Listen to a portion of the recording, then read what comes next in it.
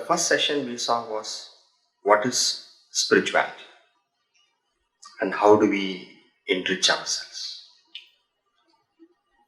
The second session was how do we act spiritually?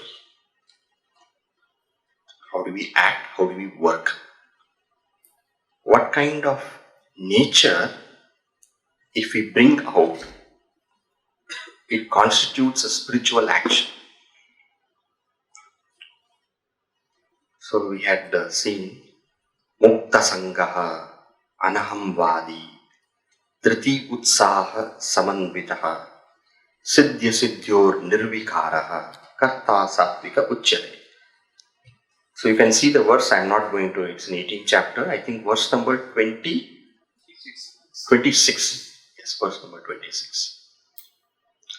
Today, we will take a topic, Tapaha, Tapas.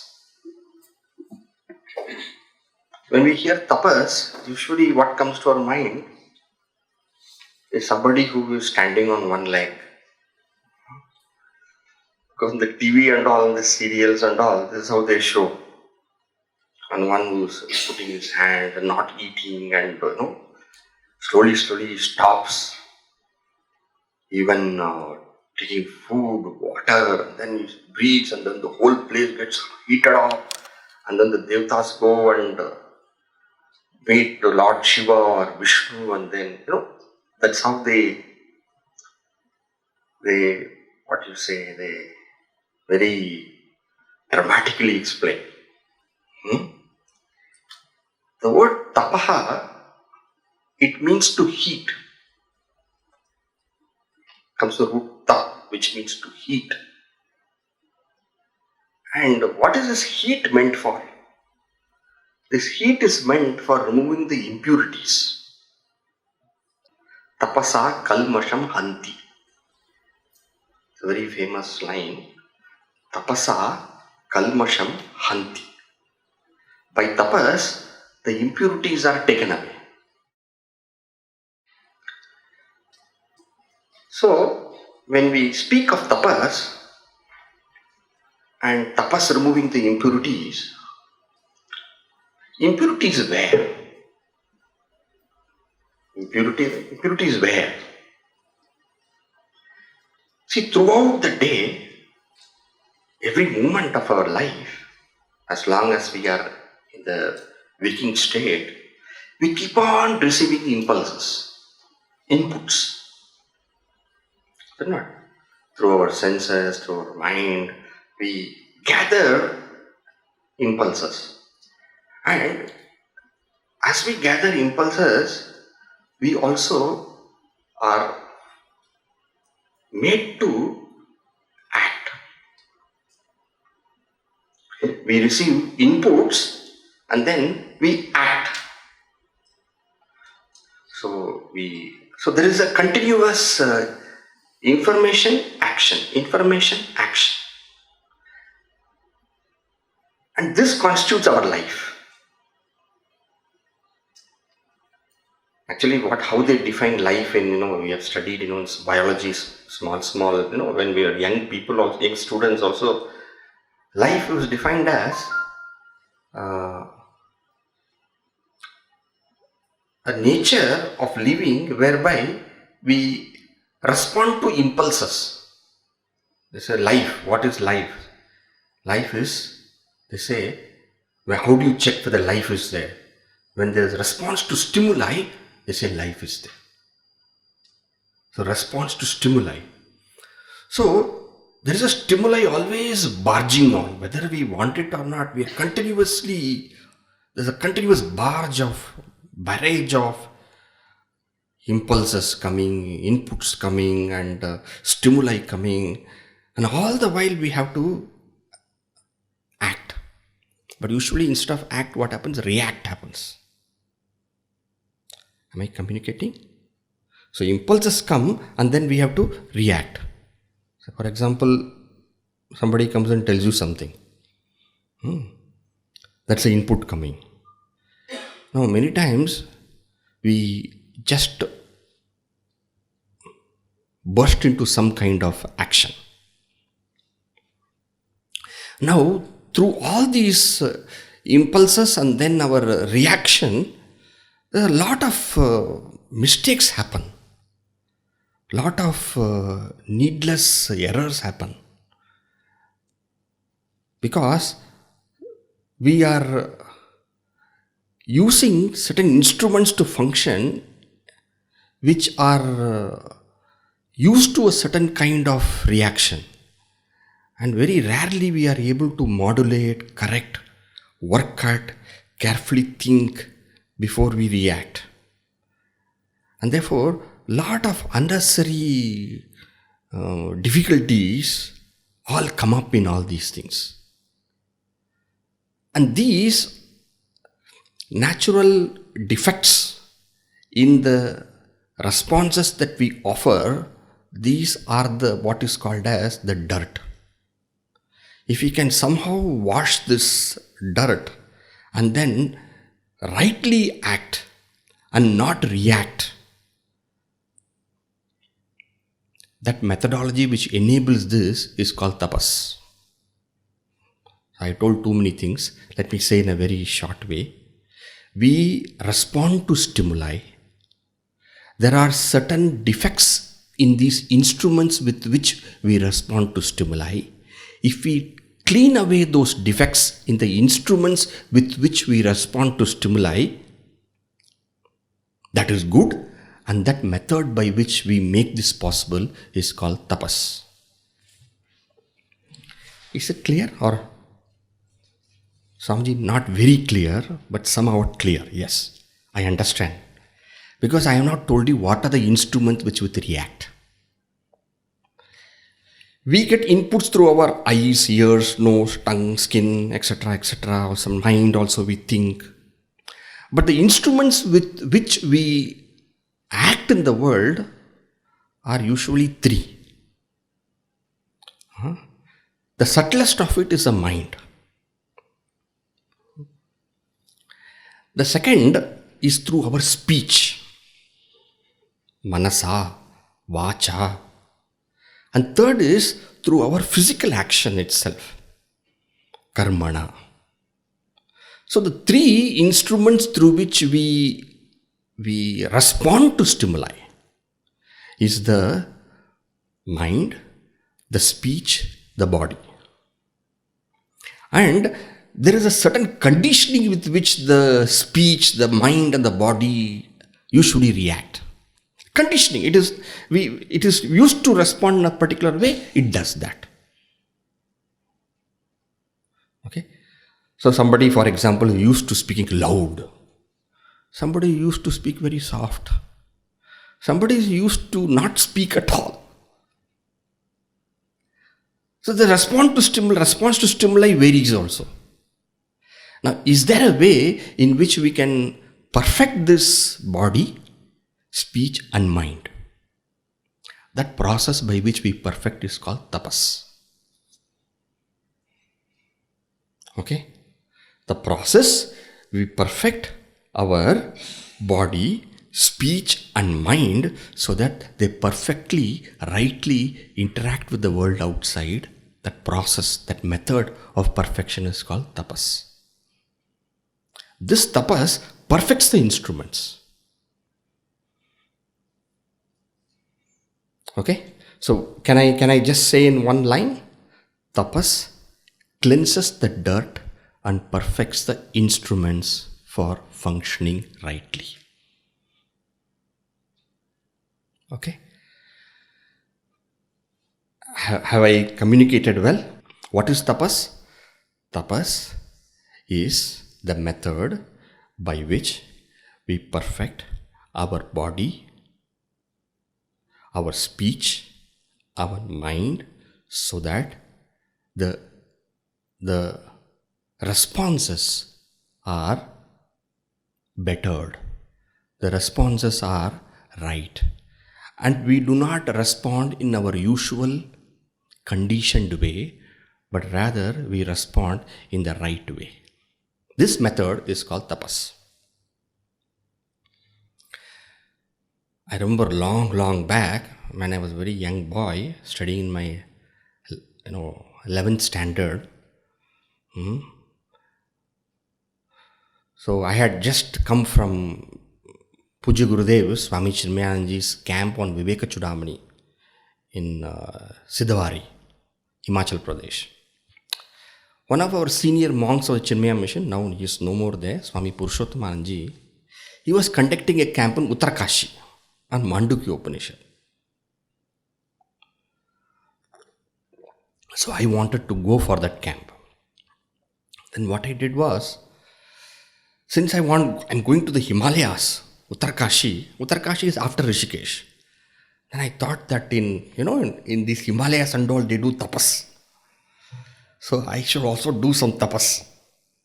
So I went to Swamiji, see 11th standard boy, not even mustache has come properly. So I went to Gurudev, Swamiji was having food, then I went to Swamiji and said, Swamiji, I'm going to Uttarkashi, I'm going to attend Mandukya Upanishad camp of Swami Purushottam Anandji. Yes. Encouraging a small boy. Good, very good. Swamiji, what tapas I should do there? Just looked at me. Small fellow. What tapas? And he said very nicely, keep your mind where your hand is.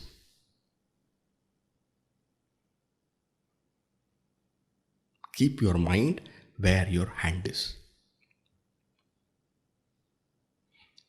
Now we are all listening. Sometimes the mind just goes off. Yes? And then you bring it back. Keep your mind where your hand is. That is also tapas. Well, I'm going to speak about tapas based on what the Bhagavad Gita says, where you will find what Swamiji said also comes here. Bhagavad Gita in chapter 17th chapter, 14th, 15th and 16th. 14, 15, 16, 3 verses. He speaks about tapas at 3 levels. At the level of the physical body, at the level of the speech, at the level of the mind. Okay?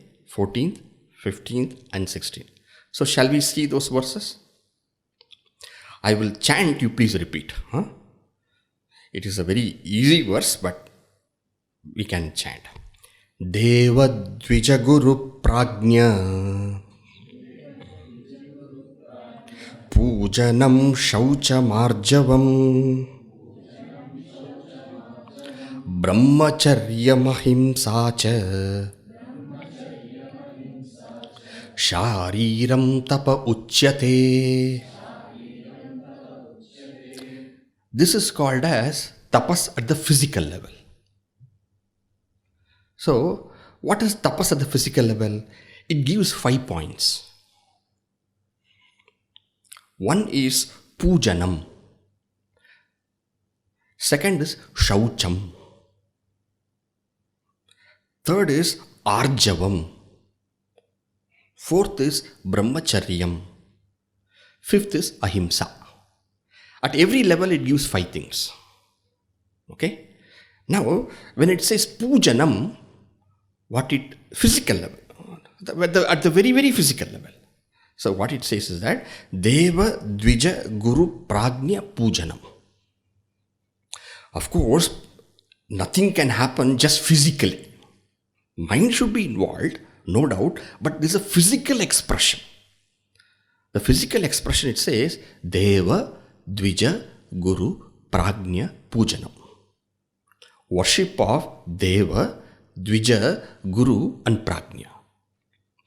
Now, worship of Deva, usually we go to a temple, we offer worship.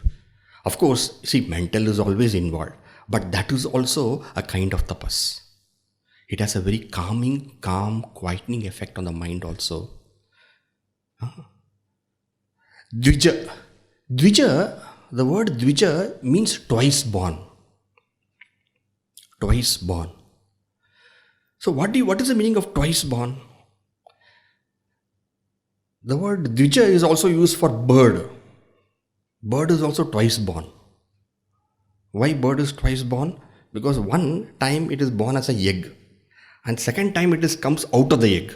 It's for twice born. There are two births we can have. One is the birth that we have from our parents. Second is a birth when we are purified by knowledge, when we are purified by spiritual practices. So when it is said Dvija, twice born, it refers to somebody who has purified himself or herself by spiritual practices. So somebody, we see a person who is spiritually evolved with spiritual practices and all those things. Then one of the tapas is offering respect to such a person. That is also tapas. Guru. Guru refers to teacher. So a teacher comes, then there's a particular, when a teacher is there, there's a particular way we behave. We don't, certain etiquette we follow. This is also tapas. Prajna. Prajna refers to a person of spiritual knowledge and wisdom. With Dvija, we refer to somebody with spiritual practice. And by prajna, we refer to somebody with spiritual wisdom. Now, with that person also, how do we behave? Usually we get up, we offer our respect in a particular way. So all this pujanam, a sense of very exalted behavior in their presence, that also purifies the mind. That also is a purification. And second, shaucham. Shaucham is purity. By purity, cleanliness. The body to be, many times, when we think of spirituality, often we think of I have met some kind of spiritual seekers who in the name of spirituality, absolutely very dirty, long nails, not cleaned, not even taken, smelling, body smelling, spiritual seeker. I don't care. That is not spirituality in the truest sense. Shaucham. Cleanliness. It's often repeated statement and a cliche. Cleanliness is next to godliness. I do not know why it should be next to godliness. Cleanliness is way to godliness. Shaucham. Arjavam. See, these words are clear. First is pujanam. Pujanam is worship. Then shaucham. Shaucham is cleanliness. Arjavam. Arjavam is what is right, what is wrong, what we know as right and wrong, aligning ourselves to that. Arjavam means being straight. Being straight here means what? Aligning to what is to be done and what is not to be done. We know it is to be done. We align ourselves and we do it. We know something is not to be done. We align ourselves to that and we don't do it. Small children, we teach them. As soon as you get up, the child, starts playing here and there, goes about here and there. The mother catches the child and says, "Hey, did you brush your teeth?" Says, No, I want to eat this, No, first go brush your teeth, then you do everything else. Now the child is made to align physically to what is the right thing to be done. Now in the same way, the mother is there telling the child to align. We as people who have gained in our course of life what should be done, what should not be done, we align ourselves to that. We physically align ourselves to that also. Mental is also involved, but physically also we align ourselves in our actions to what must be done, what must not be done at the level of the actions. So that makes it physical. Okay, pujanam, shaucham, arjavam. Next is brahmacharyam. The word brahmacharyam refers at different contexts to different things. For example, brahmacharyam literally means celibacy. In the student life, celibacy. Grihastha life, celibacy in the sense that one is with wife and that becomes celibacy. And as a sannyasi and vanaprastha, celibacy is in a different sense, right? Celibacy refers to one aspect of control, right? Because everything is energy. Dissipation of energy is a loss of energy which we can use for what we want to do, right? But celibacy, brahmacharya, when we say, and we look at one aspect of it called celibacy, but really speaking, it is all our senses also keeping them in control. This is just in Sanskrit we call upalakshana, one for many things. So when I overeat, that is also loss of celibacy to one level. Or when sometimes they watch movies and all, Saturday, Sunday and all, non-stop. Movie 1 over, movie 2, movie 3. By the time movie 3 is going on, you're sleeping. Watch one more, movie 4, because you decided to watch 6 movies today. That is absence of brahmacharya. Our Swamiji used to say very nicely, smoke, but let not the smoke smoke you.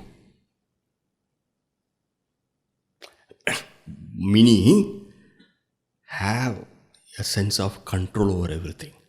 That is brahmacharya. And next is ahimsa. Ahimsa is not harming. People just walk, and then there's what they say, all the, they have a kind of fence, made of plants and all. Here also we have, what they call? There's a name for that, no? Huh? All the hedge. People walk on the hedge. Have you seen? Sometimes they put their hand like that, and by the time they go there, so many leaves they have finished it off. Somebody sits down. That poor grass, it did nothing. Pull it from that, put in the mouth, eat it, chew it, throw it. Why are you doing all those things?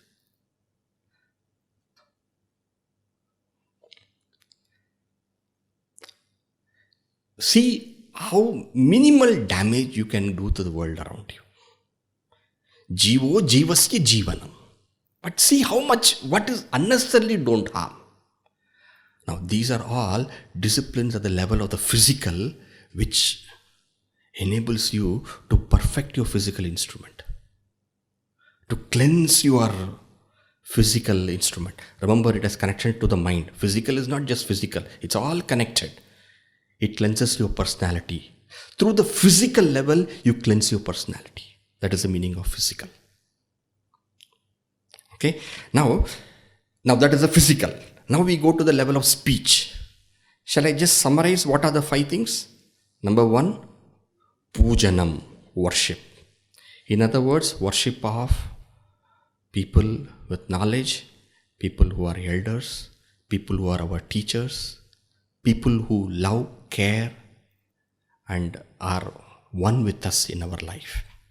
That is pujanam. Next is shaucham, cleanliness. Third is arjavam, alignment with what is dharma and what is adharma, with do's and don'ts. Then brahmacharyam. Then afterwards ahimsa. Now going to the level of speech, that's the second level. Let us see the verse. Anudvegakaram vakyam satyam priyahitam chayat swadhyayabhyasanam chaiva vangmayam tapa uchyate. Vangmayam tapa uchyate. This is tapas at the level of speech. Really speaking, what Bhagavan Shri Krishna is telling is, he's telling what all you can do to perfect yourself.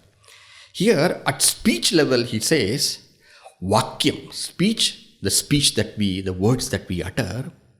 Tapas at the level is speech which is anudvegakaram.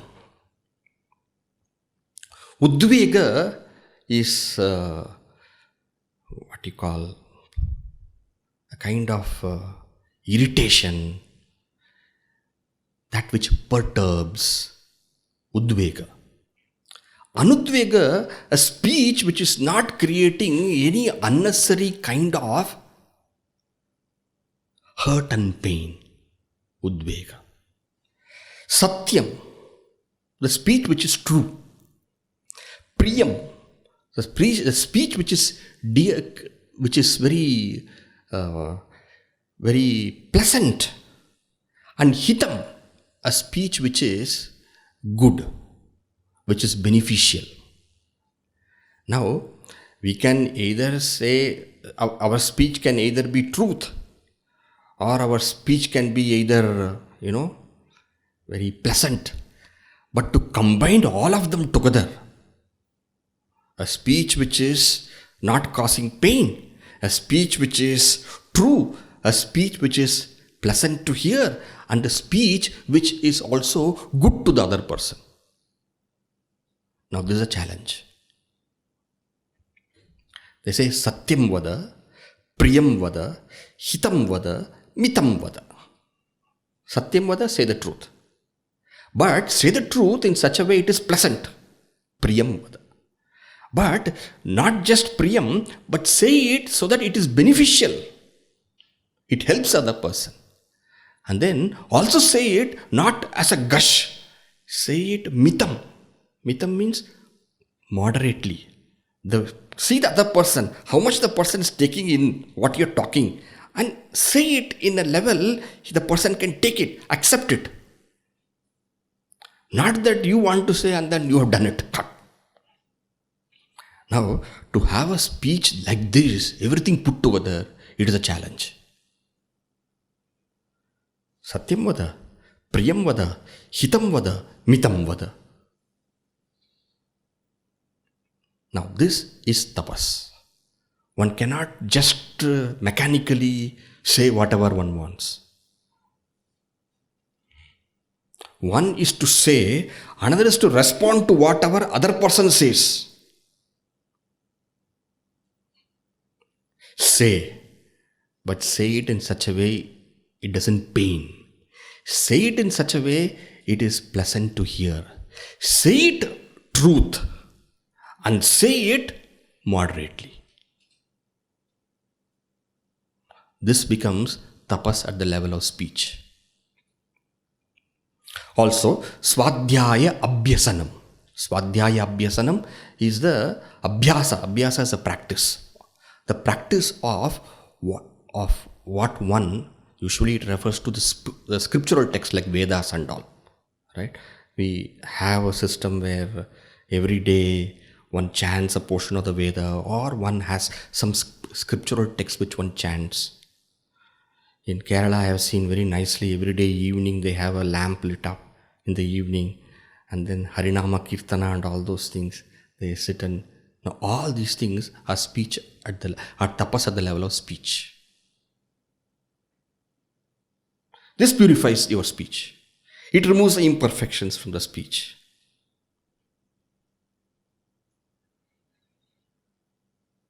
It's very challenging. Try doing this. Many times you will feel that better not to talk now. If I say now, this fellow will get hurt. No, do it, talk it, speak now. Think and speak. What can you say in such a way the person will not feel hurt? Or sometimes the other person comes and tells us something horrible and we want to give them peace of our mind.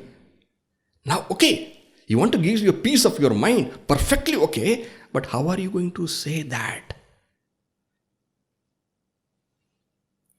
This becomes the heating up of the speech organ to remove its imperfections so that it comes out perfectly. So here you have at the level of speech 4 things.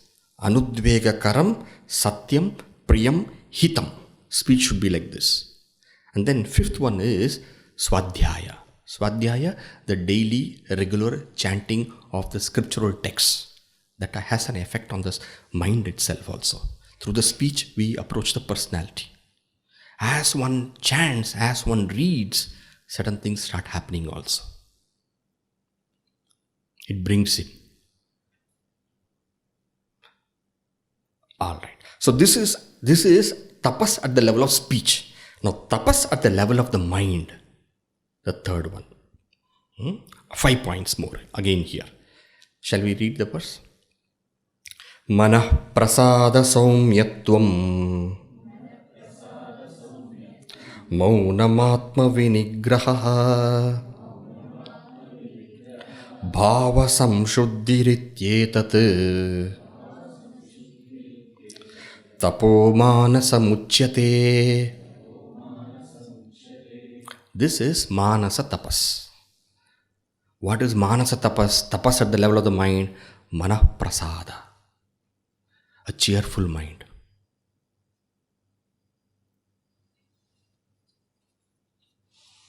One of the, again reminded of one anecdote of Swamiji.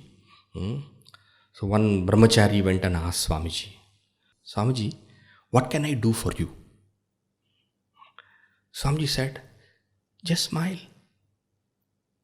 Just smile. The greatest gift we can offer somebody is to smile. And you cannot smile if you are not cheerful within. Yes, you can smile if you are an air hostess also. That is a different thing. You're trained to do that. But a true smile, a genuine smile of welcome is something which is the greatest decoration on your face. Nothing more than that. Manah prasada. Cheerfulness at the mind. Prasada, prasannata. Saumyatvam. Saumyatvam is the pleasantness. One is cheerfulness. Saumyatvam is pleasantness of the mind. Not continuously worrying, thinking, being anxious, non-stop planning out how to hurt somebody. That is the worst way to trouble the mind. How to hurt somebody you plan out. Saumyat, being pleasant inwardly. That is the second one. Third is maunam. Usually when we hear the word maunam, we think not speaking, is it not? But here maunam is munehe bhavaha. It is a state of a muni. Muni is what? Muni comes from the word root man, who thinks, reflects. Meaning, a person takes up an issue and goes to the end of the issue in thought. He reflects about a matter in full precision. That is called maunam. Ekagrataya tattva chintanam. With a single pointed mind, inquiring into forgetting clarity. Maunam. And then Atma Vinigraha. Atma Vinigraha is an ability to still the mind. Okay? There are some times we require to quieten the mind. To keep the mind still. Mind, that's enough. Shut up. That is also tapas. When you can tell the mind shut up and the mind shuts up, that is tapas. Atma Vinigraha. And above all, fifth one, bhava samshuddhi. Bhava samshuddhi is purity of intentions. Intentions are pure. And such people are always loud. However much the other person smiles and says, this, that and all those things, it takes only some time for us to know, this fellow is inwardly hollow, be careful. Bhava samshuddhi. Bhava samshuddhi refers to that inner good attitude, noble intentions, wanting to truly help, genuine love, true care. All these things, many times, all these things are put in such a way for success. How to win friends and influence people. They take all these things and put it in such a way, but then they spoil the beauty of these nobilities. When you want to monetize on all good things, you really lose a lot of things in life. Everything will happen. Why are you worried? Be good. Everything will be good. For some time it may look that being good means you're losing. You never lose. Everybody starts seeing, this is a very wonderful person. Don't tell me, Swamiji, all these things are okay for you. Our life is very different. These things carry lot of power and strength. So this is tapas at the level of the mind. At the level of the mind, what all we said? In Sanskrit we'll say first, manah prasad. What does that mean? Cheerfulness, equipoise, equanimity. Saumyatvam, pleasantness. Maunam, a reflective mind. Maunam. Atma vinigraha, ability to shut the mind down. To quieten the mind, to calm the mind when you want. And next is purity of intentions, bhava samshuddhi. These are the 5. Tapas at the level of the mind. At the level of the speech, what is it? Speech with 4 characteristics. Number 1, not causing pain, anudvegakaram, but yet truthful. At the same time, pleasant. The words are such a way that it's pleasant. And hitam, it is beneficial. It's a great challenge. If you try speaking like that, great challenge. It's a big tapas, actually. And then the regular chanting of those scriptural texts. Swadhyaya. Some of you may chant Vishnu Sahasranama, some of you may chant, some of you would be reading a portion of the, let's say, a Bible text or a Quran or whatever. But there is a regular scriptural connection we have that helps. And when you go to Shariram Tapa, number 1, worship. Number 2, cleanliness. Cleanliness of the body as well as surroundings. Number 3, aligning oneself to what should be done and what should not be done. And then the Brahmacharyam, celibacy in a larger context of all the senses, moderation. And then ahimsa, not hurting, not paining. So these constitute tapas at the physical, at the speech, at the mental level. Verses 14, 15, 16, chapter 17. Very interesting. 14, 15, 16 of 17. Shall we conclude?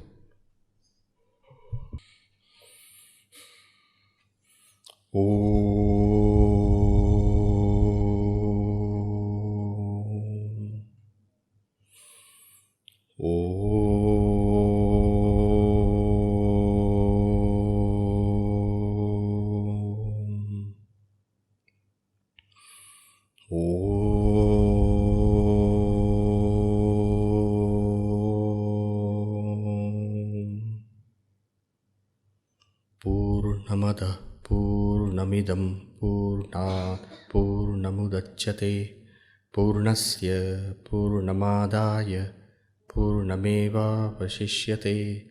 Om Shanti Shanti Shanti.